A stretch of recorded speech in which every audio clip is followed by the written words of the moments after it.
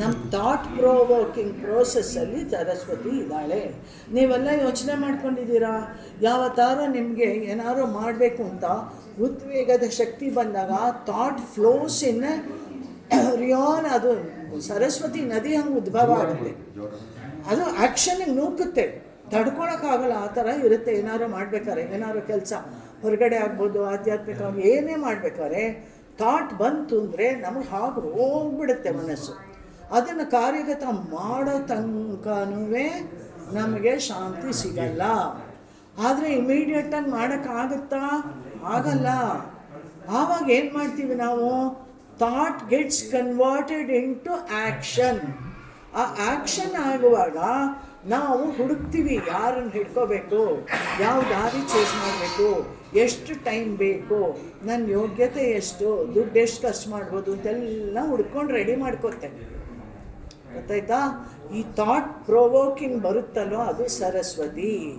ಇದನ್ನೇ ವ್ಯಾಸ ಮಹರ್ಷಿಗಳು ಹೊರಗಡೆ ಸರಸ್ವತಿ ನದಿ ಹುಟ್ಟಿದಾಗ ಅದು ರಭಸದಿಂದ ಹುಟ್ಟಿದವಳು. ಅವರು ಗಣೇಶಂಗೆ ಹೇಳಿ ಬರೆಸ್ತಾ ಕೂತಿರ್ತಾರೆ. ಅಂದರೆ ಅವ್ರಿಗೆ ಹೇಳ್ಕೊಂಡ್ರು, ಅಮ್ಮ ಸರಸ್ವತಿ ಜ್ಞಾನ ಗಂಗೆ, ನನ್ನಲ್ಲಿ ಅಂಥ ಉದ್ಭವವಾಗಿ ನೀನು ಬರ್ತಾ ಇದೀಯಾ, ನೀನು ಬರೋ ಶಕ್ತಿನಲ್ಲಿ ನಾನು ಕ್ರಿಯೆ ಮಾಡೋಕ್ಕಾಗಲ್ಲಮ್ಮ, ಬರೆಯೋಕ್ಕಾಗಲ್ಲ, ಸ್ವಲ್ಪ ತಡ್ಕೊ, ಆಮೇಲೆ ನೀನು ಗುಪ್ತಗಾಮಿನಿಯಾಗಿ ಹರ್ಕೊಂಡೋಗ್ತೀಯ ಅಂದರು. ಅದು ನಮಗೆ ಅವರೇ ಹೇಳ್ಕೊಂಡ್ರು. ಅಂದರೆ ಸರಸ್ವತಿಗೆ ನಾವೇ ಹೇಳೋದು. ಗುಪ್ತಗಾಮಿನಿ ಅಂದ್ರೇನು? ಆ ಆ್ಯಕ್ಷನ್ ಥಾಟ್ ಲೆವೆಲಲ್ಲಿ ಬರೋದು. ಆ್ಯಕ್ಷನ್ಗೆ ನಿಮಗೆ ಫಸ್ಟ್ ಒಂದು ಫ್ಯೂ ಡೇಸ್ ತುಂಬ ಸ್ಟ್ರಾಂಗ್ ಆಗಿರುತ್ತೆ. ಕ್ರಮೇಣ ಬರ್ತಾ ಬರ್ತಾ ಬರ್ತಾ ಬರ್ತಾ ಅದು ಆ ಥಾಟೇ ಹೊರಟಾಗುತ್ತೆ. ಮಾಡಲಿಲ್ಲ ಅಂದರೆ ಆ್ಯಕ್ಷನಿಗೆ ಬರೋದೇ ಇಲ್ಲ. ಗೊತ್ತಾಯ್ತಾ? ಹೀಗಾಗಿ ಸರಸ್ವತಿನ ವರ್ಣನೆ ಮಾಡಿರೋದು ಹಾಗೆ. ಅದಕ್ಕೆ ನಮಗೆ ಕುಂಡಲಿನಲ್ಲಿ ಹೇಳೋ ಅಂಥ ಗಣೇಶನ ಶಕ್ತಿ ಸರಸ್ವತಿಯಾಗಿ ನಮ್ಮಲ್ಲಿ ಊರ್ಧ್ವಮುಖಕ್ಕೆ ಹರಿಬೇಕಾದ್ರೆ ನಮಗೆ ಒಂದು ನಾಡಿ ತುಂಬ ಇಂಪಾರ್ಟೆಂಟು. ನಮ್ಮನ್ನು ಕೆಳ ಪ್ರವೃತ್ತಿಯಿಂದ ಮೇಲು ಪ್ರವೃತ್ತಿ ತನಕ ಕರ್ಕೊಂಡು ಹೋಗೋಕ್ಕೆ ನಮ್ಮದೆಲ್ಲ ಉದ್ದೇಶ ಏನು, ಧ್ಯೇಯ ಏನು, ಗೋಲ್ ಏನು? We have to reach that ಪರಬ್ರಹ್ಮ. ಪರಬ್ರಹ್ಮನ ನೇಚರ್ ಏನು? ಸತ್ಚಿತ್ ಆನಂದ. ಸತ್ಚಿತ್ ಆನಂದ ನಿಮ್ಗೆ ಸುಮ್ಮನೆ ಬಂದ್ಬಿಡುತ್ತಾ? ಬರಲ್ಲ. ಆ ಕುಂಡಲಿನಿಯಿಂದ ತಗೊಂಡಿದ್ದ ಶಕ್ತಿನ ನೀವು ಸಹಸ್ರಾರಕ್ಕೆ ಮುಟ್ಟಿಸಿದಾಗ ಅಲ್ಲಿ ದೇಹ ಭಾವನೆ ಇರಲ್ಲ, ಕೈ ಕಾಲು ಇರಲ್ಲ, ನಿಮ್ಮ ಹೊಟ್ಟೆ ಹಸು ಆಗಲ್ಲ. ನಮ್ಗೆ ಹೇಳ್ತೀವಲ್ವಪ್ಪ, ಸತ್ತೋದ ಮೇಲಿಂದ ಸ್ವರ್ಗದಲ್ಲಿ ಪುಣ್ಯ ಇದೆ ಅಂತ, ಸುಖ ಅಂತ ಹೇಳ್ತೀವಲ್ವ, ಎಲ್ಲರೂ ಹೇಳೋದು ಕೇಳಿದ್ದೀರಲ್ವ? ಅಲ್ಲಿ ದೇಹನೇ ಇಲ್ಲ, ಅತಿವಾಹಿಕ ಶರೀರ. ಅತಿವಾಹಿಕ ಶರೀರದಲ್ಲಿ ಅನುಭವ ಮಾಡೋದು ಏನಿರುತ್ತೆ? ಏನೂ ಇರಲ್ಲ. ಇನ್ನು ದೇಹ ಇದೆ, ಇದನ್ನು ಬಿಟ್ಬಿಟ್ಟು ನಾವು ಸಚ್ಚಿದಾನಂದಕ್ಕೆ ಹೋದಾಗ ಸುಷುಪ್ತಿನಲ್ಲಿ ಏನು ಅನ್ನೋದು ಮೆಡಿಟೇಷನಲ್ಲಿ ನಿಮ್ಗೆ ಗೊತ್ತಾಗುತ್ತೆ. ಗೊತ್ತಾಯ್ತಾ? ಸೊ ಹಾಗಾಗಿ ಅದು ಬರ್ತಾಳಲ್ವ, ಆದ ಶಕ್ತಿನ ಕರ್ಕೊಂಡು ಹೋಗೋರು ಯಾರು? ನೆಕ್ಸ್ಟ್ ನಾವೇನು ಹೇಳಿದ್ವಿ? ಪ್ರಣೋ ದೇವಿ ಸರಸ್ವತಿ ವಾಜಿನೀವತಿ ದೀನಾಮ ವಿತ್ರ್ಯವತು ವಾಗ್ದೇವ್ಯೇ ನಮಃ ಅಂತ ಹೇಳ್ತೀವಲ್ವಾ? ವಾಗ್ದೇವಿಯಾಗಿ ಹರಿತಾಳವಳು. ವಾಗ್ದೇವಿಯಾಗವಳು ಹರಿಬೇಕಾದ್ರೆ ಹೆಂಗೆ ಹೋಗ್ಬೇಕು? ಅವಳು ಸುಷುಮ್ನ ನಾಡಿಯಿಂದ ಶಕ್ತಿನ ಎತ್ತಬೇಕು. ಸುಷುಮ್ನ ನಾಡಿ is also called as Saraswati ನಾಡಿ. ಅದು ಇಡಾ ಪಿಂಗಳದ ಮಧ್ಯದಲ್ಲಿ ಕೂದಲು ಎಳೆಯಷ್ಟು ಅದರದ್ದು ಇರೋದು, ಮಧ್ಯ ಹೆಣ್ಕೊಂಡೋಗಿದೆ. ಅದು ಒಂದೇ ನಾಡಿ ನಮ್ಮಲ್ಲಿ ಹೇಳೋವಂಥ ಕುಂಡಲಿನಿ ಶಕ್ತಿನ ಸಹಸ್ರಾರಕ್ಕೆ ತನಕ ಮಂತ್ರದಲ್ಲಿ ಕರ್ಕೊಂಡೋಗೋದು. Why we are all dependent upon mantra? ಮನನಾತ್ರಾಯತೆ ಇತಿ ಮಂತ್ರ. ಮಂತ್ರ ನಾವು ಮಾಡಿದಾಗ ಮನಸ್ಸು ಚಂಚಲತೆಗೆ ಹೋಗಲ್ಲ. You are absolutely true that. ಅದಕ್ಕೆ ವೇದ ಮಂತ್ರ ಅರ್ಥ ಗೊತ್ತಿಲ್ಲದೆ ಇದ್ದರೂ ನೀವು ಮಂತ್ರ ಸರಿಯಾಗಿ ಹೇಳಿ ಏನಾಗಬೇಕೋ ಅದಾಗತ್ತೆ ಅಂದರು. ಮುಂಚೆ ಋಷಿಗಳು ಅರ್ಥ ಹೇಳಿದ್ರಾ? ಇಲ್ಲ. ನೀವು ಮಾಡು, ನಿಂಗೆ ಆಗತ್ತೆ, ಯಾಕೆ ಬೇಕು ನಿಂಗೆ ಅರ್ಥ ಅಂದರು. ನಾವು ಮಾಡಿದಾಗ ನಮಗೆ ಗೊತ್ತಾಗುತ್ತೆ. ಶಾಂತಿ ನಾನು ಅನುಭವಿಸ್ಬೇಕಾದ್ರೆ ಇನ್ನೊಬ್ರು ಹೇಳಬೇಕಾ ನನಗೆ ಹೆಂಗೆ ಅಂತ? ಹೊಟ್ಟೆ ಹಸು ನಾನು ಅನುಭವಿಸ್ಬೇಕಾದ್ರೆ ನನಗೆ ಯಾರಾದರೂ ಹೊಟ್ಟೆ ಹೆಂಗೆ ಹಸುತ್ತೆ ಅಂತ ಹೇಳ್ಬೇಕಾ? ಹೇಳೋಂಗಿಲ್ಲ. ನಮ್ಮಲ್ಲೇ ಹೇಳೋ ಅಂಥ ಪ್ರವೃತ್ತಿ ಅದು. ಗೊತ್ತಾಯ್ತಾ? ಸೊ ಹೀಗಾಗಿ ಗುರುಭ್ಯೋ ನಮಃ ಗಣಾನಾಂತ್ವ ಪ್ರಣೋ ದೇವಿ ಇಷ್ಟಕ್ಕೆ ಇವತ್ತು ಹೇಳಿದ್ದೀನಿ. ನೆಕ್ಸ್ಟು ಭದ್ರಂಕರ್ಣೇ ವಿಷ್ಣುಯಾಮ ದೇವ ತಗೊಂಡಿದ್ದಾರೆ. ಅವ್ರು ಯಾಕೆ ಬರೀ ಭದ್ರಂ ಕರ್ಣೇಲಿ ತಗೋಬೇಕಿತ್ತು? ಸಹ ನಾವು ಅವತ್ತು ಹೇಳ್ಬೋದಿತ್ತಲ್ವ? ವಸುದೇವ ಕುಟುಂಬ ಅಲ್ವಾ ನಾವೆಲ್ಲ ಒಂದೇ ಅಲ್ವಾ? ನಮ್ಮಲ್ಲಿರೋ ಹರಿತಾ ಇರೋದೆಲ್ಲ ರಕ್ತ ಒಂದೇ, ಉಸಿರಾಡೋದು ಒಂದೇ, ಇದು ಒಂದೇ, ಎಲ್ಲ ಒಂದೇ ಆದಮೇಲೆ ಭದ್ರಂ ಕರ್ಣೇಲಿ ಅವ್ರು ಯಾಕೆ ತಗೋಬೇಕಿತ್ತು? ಯೋಚನೆ ಮಾಡಬೇಕು.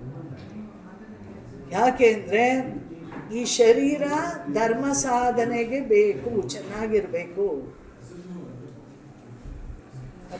ಆಮೇಲೆ ಫೋನ್ ಮಾಡ್ತೀನಿ.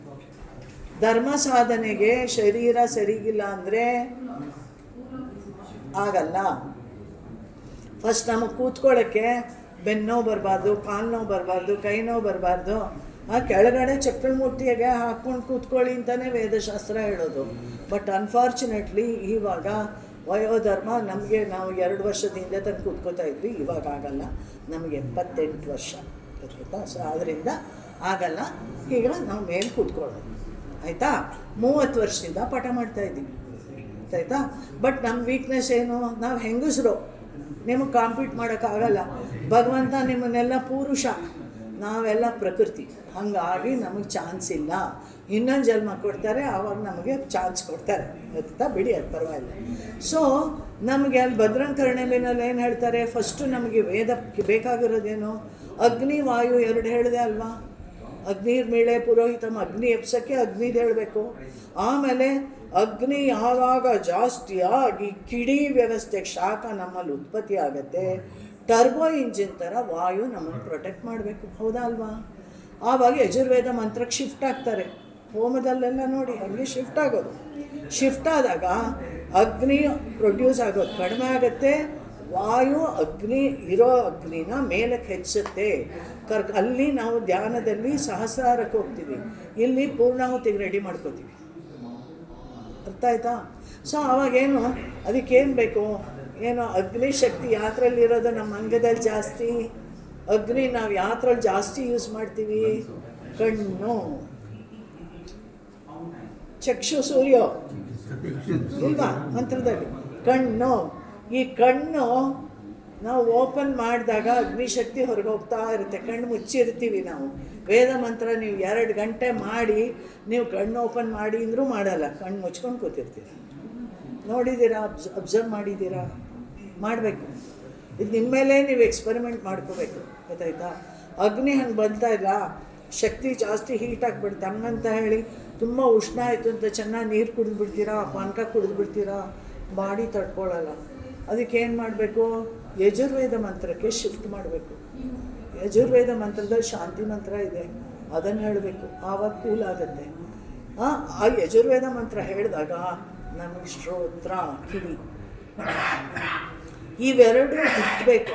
ಇವೆರಡು ಇದ್ರೇನೆ ನಾವು ಧರ್ಮದಲ್ಲಿ ಮಂತ್ರ ಅದೆಲ್ಲ ಮಾಡೋಕ್ಕಾಗುತ್ತೆ. ಅದಾದಾಗ ಶರೀರನ ನಾವು ಪೋಷಣೆ ಮಾಡಿ ಕರೆಕ್ಟಾಗಿ ಕೂರಿಸ್ಬೇಕು ಅನ್ನೋ ತತ್ವದಲ್ಲಿ ಮಂತ್ರ ಬಂದಿದೆ. ನಾವು ಶಾಂತಿ ಮಂತ್ರದಿಂದನೇ ಶುರು ಮಾಡೋದು. ಪ್ರತಿಯೊಬ್ಬರಿಗೂ ಮಂತ್ರ ಹೇಳ್ಕೊಡ್ತೀವಿ, ಹೇಳ್ಕೊಟ್ಟು ಅದನ್ನು ಬೈಹಾಟ್ ಮಾಡಿಸ್ತೀವಿ, ಅವ್ರಿಗೆ ಕೂರಿಸ್ತೀವಿ. ಅದು ಮಂತ್ರ ಹೇಳ್ಬಿಟ್ಟು ಬೈಹಾಟ್ ಹೇಳ್ಬಿಟ್ಟು ಕೂತ್ಕೋಬೇಕು. ಆಮೇಲೆ ಅವ್ರಿಗೆ ಏನಾಯಿತು ಅಂತ ಬರೀಬೇಕು. ಈ ಥರ ನಮ್ಮ ವ್ಯವಸ್ಥೆ.